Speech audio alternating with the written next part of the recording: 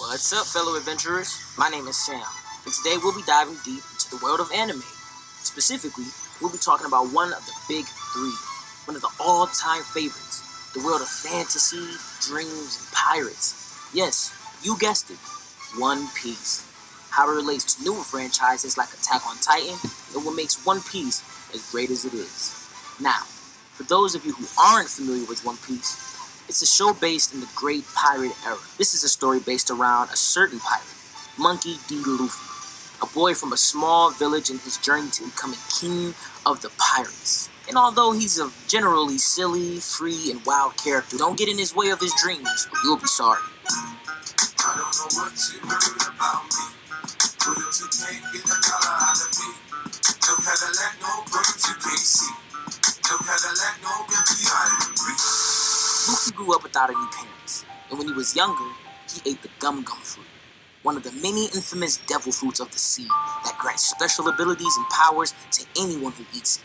Inspired by his mentor and hero, the famous red-haired pirate Shanks, one of the strongest and bravest pirates who saved him from a sea monster when he was younger, and inspired by his older brothers Sabo and Ace, who shared the same dream, they all vowed to one day become great and strong sea captains of their own crew, and to always sail the sea freely. Inspired by these people and events, Luffy set out when he was 17 to find 10 strong and powerful crewmates, facing the Navy and Marines led by powerful vice admirals and admirals who also have special powers and abilities. He also faces the masters and controllers of the world, which are, you guessed it, the world government, who's basically a bunch of old, white, rich, perverted looking men with too much time on their hands. Sound familiar?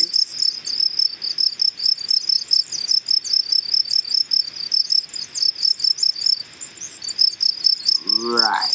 Anyway, Luffy faces all that and more, with the hopes of reaching the Grand Line, a part of the sea where the One Piece is located, a legendary and famous treasure gathered and left by the most famous and greatest pirate of them all, Gold D. Roger.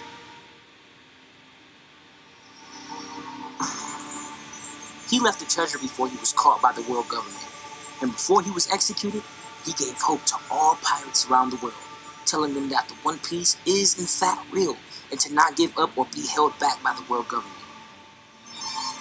He inspired pirates all around the world to live freely and to keep selling the sea.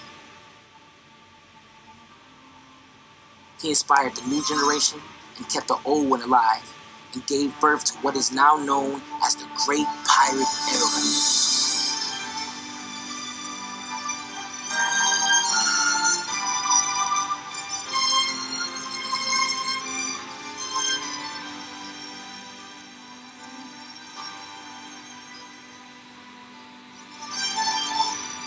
Aside from the awesome and out-of-this-world storyline, One Piece also has great character development. Take Zoro, the bounty hunter, for example, Luffy's first crewmate and best friend and absolute right-hand man.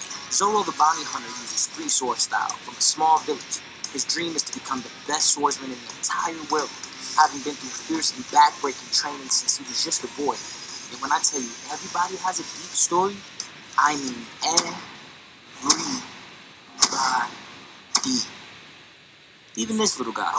In addition to having a great storyline, great character development, and awesome cinematic music, let's talk about numbers. One Piece has been a top-notch franchise for 23 years straight. It has not slowed down yet. With top-of-the-line merch, manga, movies, games, shows, and more, it has accumulated over $20 billion and climbing. The manga has reached all around the world and is the best-selling manga and comic series by a single author of all time. It is also amongst the top 25 highest-grossing media franchises of all time.